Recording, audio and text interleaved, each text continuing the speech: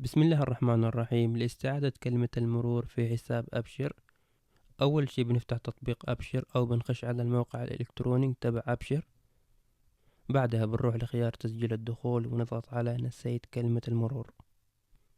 لاستعادة كلمة المرور بحتاج رقم الهوية ورقم الجوال، وهذا الرقم بكتبه هنا.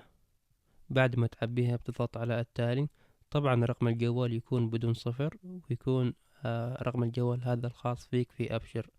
هتضغط التالي. بعدها لازم تختار من هنا سؤال تحقق وتجاوب عليه علشان يعرفون ان انت. مثلا هتضغط على السؤال وهتختار من هنا احد الخيارات اللي تقدر تجاوب عليها، مثلا رقم جواز السفر.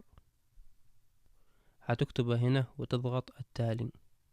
بعدها بيجي كود من 4 أرقام على جوالك، هتكتب الكود هنا وهتكتبه هنا وتضغط موافق.